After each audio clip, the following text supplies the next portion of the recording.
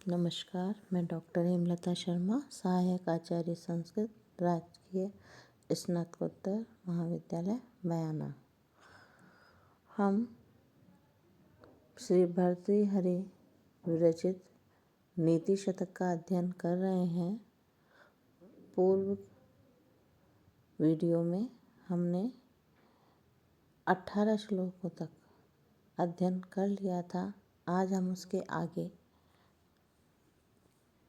19, 20, 21 श्लोकों की चर्चा करेंगे, जो कि ये विद्वत पद्धति के श्लोक हैं। प्रस्तुत श्लोक के अंदर कवि कहना चाहता है कि लोक व्यवहार में कुशल मनुष्यों पर ही यह जगत आधारित है, चलता है। यहाँ लोक व्यवहार में सफलता प्राप्ति के कुछ गुणों को इस श्लोक में दर्शाया गया है। कहा है, दाक्षिण्यम स्वजने दया परजने शाठ्यम सदा दुर्जने प्रीति साधु जने नयो नृप जने विद्वत जने च आर्जवम शौर्यम शत्रु जने क्षमा गुरु जने कांता जने धृष्टता ये चैवं पुरुषाः कलासु कुशलास्तेष्वेव लोक स्थिता। कवि कहना चाह रहा है कि जो ऊपर 3 पंक्तियों में जो गुण बताए हैं, जो कलाएं बताई है, उसमें जो व्यक्ति कुशल है वही इस लोक में स्थित है। तो सर्वप्रथम दाक्षिण्यम स्वजने, दाक्षिण्यम कहते हैं उदारता को, स्वजने अपने जने, अपने लोग, अर्थात अपने जो आत्मीय व्यक्ति हैं उनके साथ हमेशा उदारता का व्यवहार करना चाहिए। दया परजने, और जो परजने, परजने या परिजने, परिजने से तात्पर्य है जो सेवक हैं, नौकर हैं, उनके प्रति हमेशा दया सहानुभूति का व्यवहार रखना चाहिए। फिर कहा, शाठ्यम सदा दुर्जने, शाठ्यम शठता, किसके प्रति? दुष्ट व्यक्तियों के प्रति, अर्थात जो दुर्जन है, दुष्ट व्यक्ति है, जो धूर्तता का व्यवहार करता है, उसके साथ हमेशा धूर्तता का व्यवहार ही करना चाहिए। कहा भी है, शठे शाठ्यम समाचरेत, अर्थात शठ के साथ में, धूर्त के साथ में धूर्तता का व्यवहार करो। यदि आप ऐसा नहीं करते हैं तो वह जो दुर्जन है, जो दुष्ट है, वो आप पर हावी हो जाता है और आपको हर प्रकार से बाधा पहुंचाता है, परेशान करता है, नष्ट कर देता है। इसलिए कहा है, शाठ्यम सदा दुर्जने, अर्थात जो धूर्त व्यक्ति है उसके साथ धूर्तता का ही व्यवहार करना चाहिए। प्रीति ही साधु जने, और जो सज्जन व्यक्ति हैं उनके साथ हमेशा प्रेम पूर्वक व्यवहार करना चाहिए। क्यों? क्योंकि जो सज्जन व्यक्ति हैं, संत हैं, वो कभी किसी को परेशान नहीं करते। इसलिए उनके साथ हमेशा व्यक्ति को प्रेम पूर्वक रहना चाहिए, उन्हें किसी प्रकार से परेशान नहीं करना चाहिए। यदि हम उनके साथ ऐसा करेंगे तो वे अकारण दुखी होंगे। इसलिए जो सज्जन व्यक्ति हैं उन पर हमेशा प्रेम, श्रद्धा और विश्वास रखना चाहिए। नृपजने नयो, नयो अर्थात नीति के लिए कहा है। नृपजने अर्थात जो राजा आदि हैं उनके विषय में कहा है कि नीतिगत व्यवहार करना चाहिए। जो हमें शास्त्रों में बताया है कि राजा के साथ किस प्रकार का व्यवहार करना चाहिए, या जो हमारे अधिकारी वर्ग हैं उनके साथ कैसा व्यवहार करना चाहिए, तो वैसा ही व्यवहार व्यक्ति को करना चाहिए। अन्यथा वे दंड देने में माहिर होते हैं तो दंड दे करके परेशान करेंगे। इसलिए कहा है कि नयो नृपजने, अर्थात राजा या अधिकारी जो हैं उनके साथ में हमेशा नीतिगत व्यवहार करना चाहिए। शौर्यम शत्रुजने, और जो शत्रु हैं उनके साथ शौर्य यानी वीरता पूर्वक प्रदर्शन करना चाहिए, व्यवहार करना चाहिए, अर्थात उनके प्रति पराक्रम दिखाना चाहिए। क्षमा गुरुजने, और जो गुरुजन हैं, जो श्रेष्ठ जन हैं, जो बड़े लोग हैं, उनके प्रति हमेशा क्षमाशील अर्थात धैर्यशाली सहिष्णु बनना चाहिए, सहनशील होना चाहिए।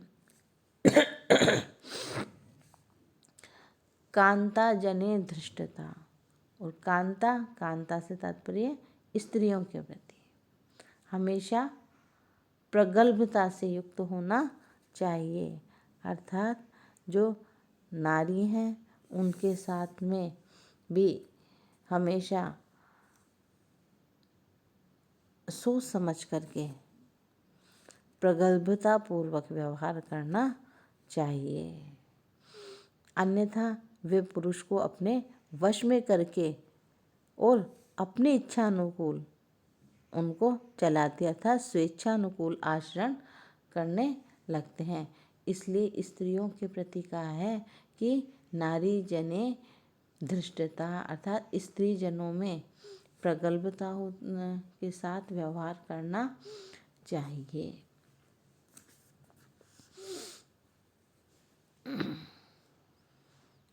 ये जो च एवं और एवं इस प्रकार से पुरुषा जो मनुष्य हैं, जो व्यक्ति है, वह कलासु कुशला, इन कलासु कलाओं में कुशला निपुण है। कौन सी कलाएं? जो ऊपर बताई गई, इन कलाओं में जो निपुण होता है, तेषु एव लोक स्थित है, तेषु एव वे ही मनुष्य एव निश्चित रूप से लोक स्थिता, लोक पर स्थित रहते हैं, अर्थात लोक मर्यादा ऐसे लोगों पर ही स्थिर रहती है। इसलिए व्यक्ति को सोच समझ करके व्यवहार करना चाहिए।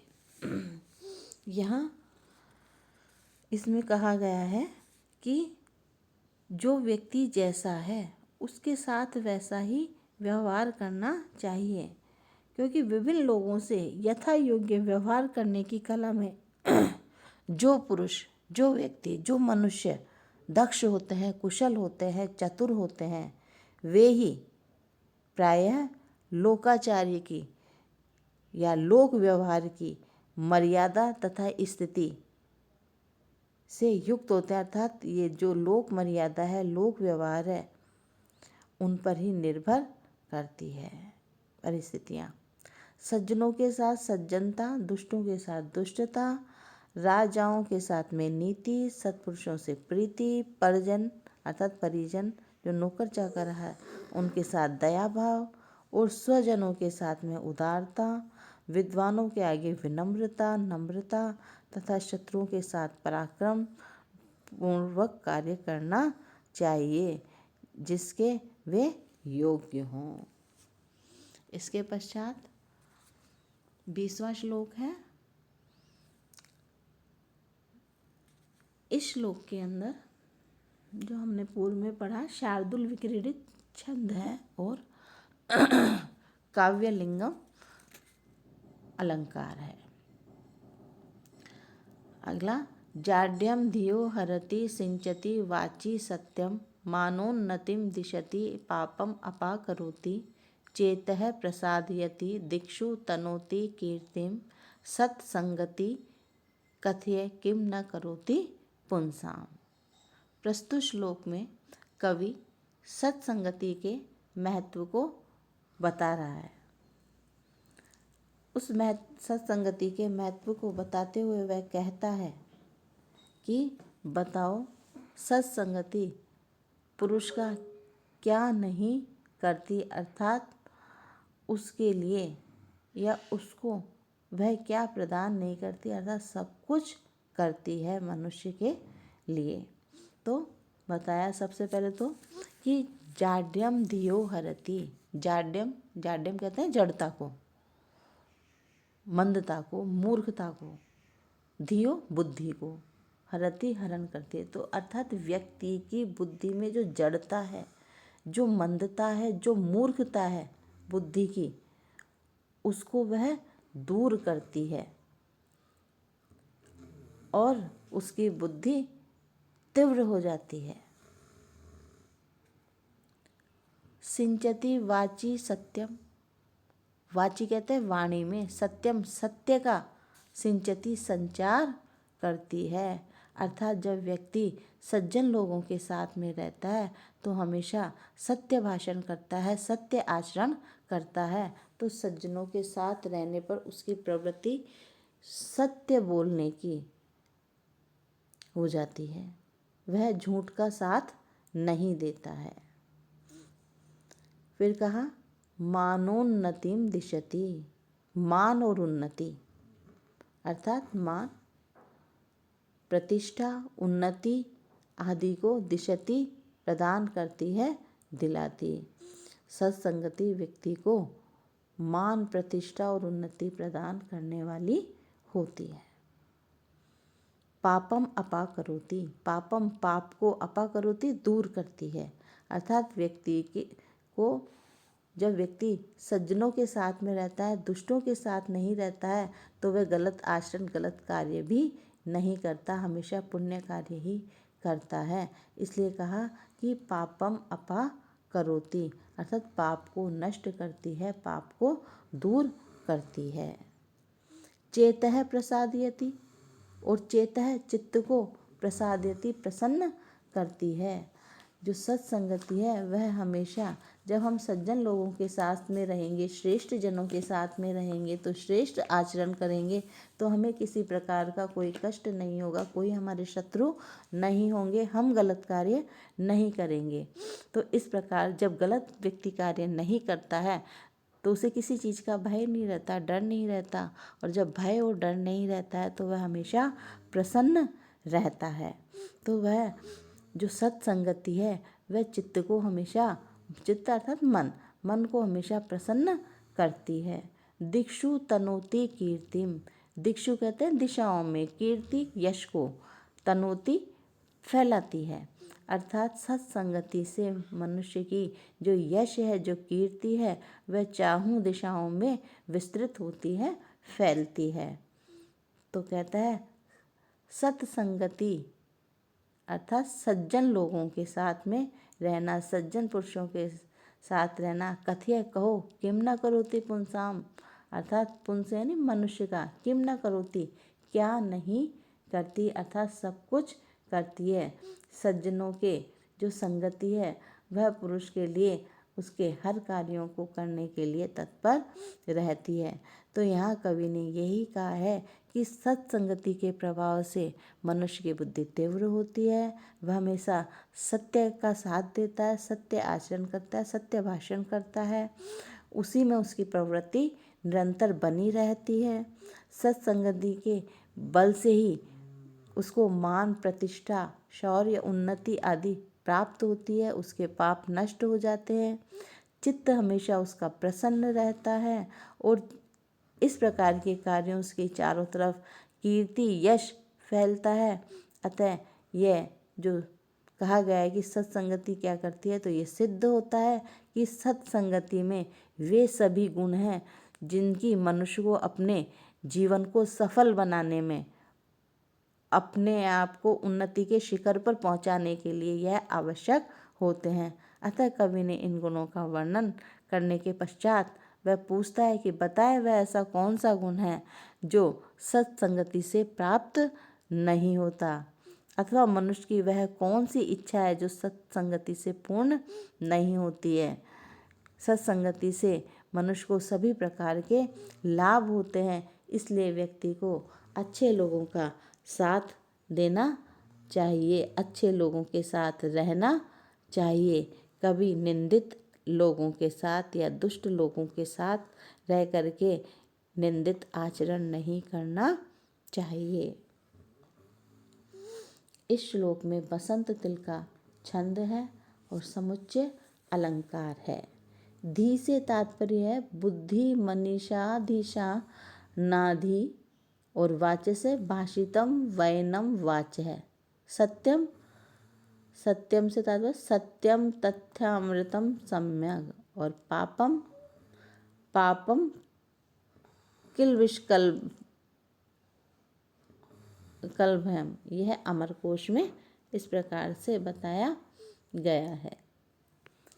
इसके बाद विद्वत पद्धति का इस शतक के अनुसार जो दूसरा अंतिम श्लोक है वो है जयंती ते सुकृतिनो रस सिद्धा कवीश्वर है, नास्ति तेषां यशः काये जरा मरणजम भयम। क्या है आपके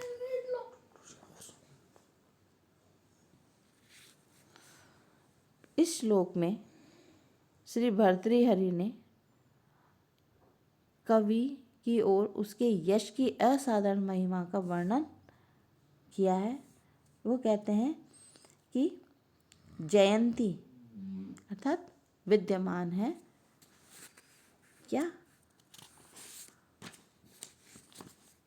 सर्वोत्कृष्टता से है वह भी, कि ते सुकृतिनो, ते वे जो सुकृतिनो श्रेष्ठ ग्रंथों की रचना किए हुए हैं, सुकृत पुण्य आत्मा लोग हैं, अच्छे कार्य करने वाले हैं, ऐसे लोग जो रस सिद्धा, जिन्हें श्रृंगार आदि जो रस सिद्ध हैं, अर्थात जो रसों की अभिव्यक्ति में वश्यवाणी रस, श्रृंगार, हास्य, करुण, जुगुप्सा आदि, ये जो कोई 9 रस मानता है, कोई 10 रस मानता है, इन रसों में जो सिद्ध हस्त हैं, ऐसे जो कवीश्वरा अर्थात कवियों में जो श्रेष्ठ हैं, ऐसे कविजन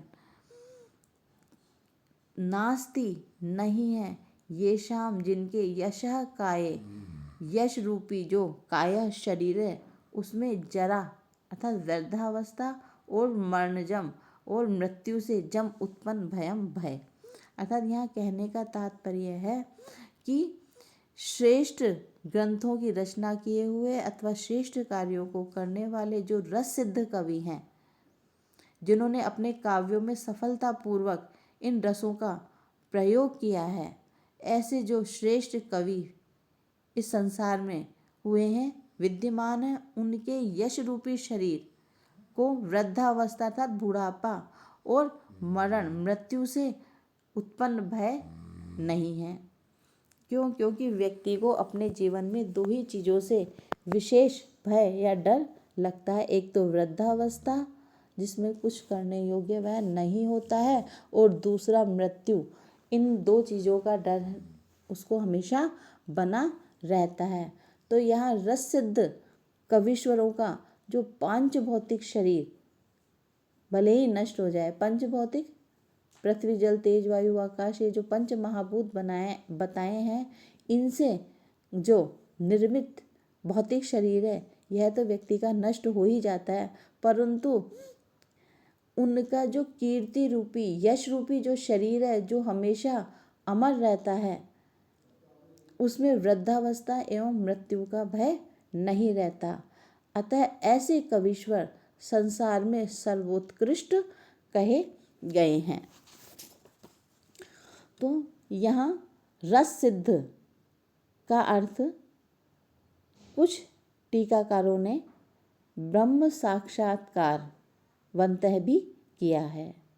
रस से तात्पर्य ब्रह्म और सिद्ध से तात्पर्य साक्षात्कार, अर्थात ब्रह्म का साक्षात्कार करने वाले उस परब्रह्म का समाधिस्थ होकर साक्षात्कार जिसने कर लिया है, ऐसे जो पुण्यात्मा एवं कवीश्वर अर्थात त्रिकालज्ञ त्रिकालदर्शी ब्रह्म विद्या विशारद हैं, वे भी अपने इन 5 भौतिक शरीर के नष्ट हो जाने पर यश रूपी शरीर से सदा अजर और अमर रहते हैं।